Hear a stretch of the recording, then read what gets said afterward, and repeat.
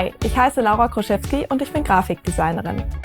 In meinem Studio erstelle ich unter anderem Illustrationen sowie Werbeclips und Animationen für unterschiedliche Kunden, wie zum Beispiel Samsung, Bose, Amazon Prime Video und Hogan. Außerdem bin ich auf Instagram sehr aktiv. Ich zeichne vor allem gerne bunte Figuren, personifizierte Objekte, reale oder fantastische Tiere. Jeder meiner Charaktere hat eine Besonderheit und ich liebe sie alle. Ob schusselig, süß, frech, unbeholfen oder lustig. Am liebsten male ich Monsterchen. Sie sind leicht zu zeichnen und es gibt keine vorgeschriebene Form, also kann man praktisch nichts falsch machen. Ebenso kann die Animation sehr einfach sein und dennoch viel bewirken. Meine Charaktere sprechen nicht und doch sind sie sehr ausdrucksstark, dank ihrer Körpersprache und subtilen Bewegungen.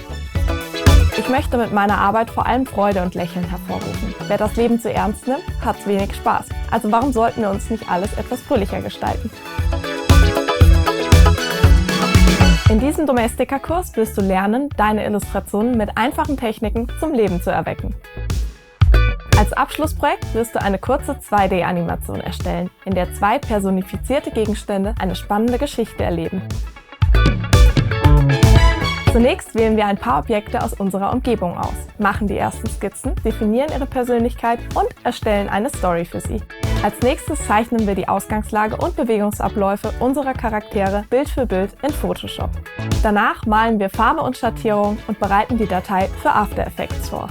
Schließlich kommen wir zur Animation. Nach einer Einführung in After Effects zeige ich dir, wie du deine Bilder in Stop-Motion oder mit Keyframes animieren kannst.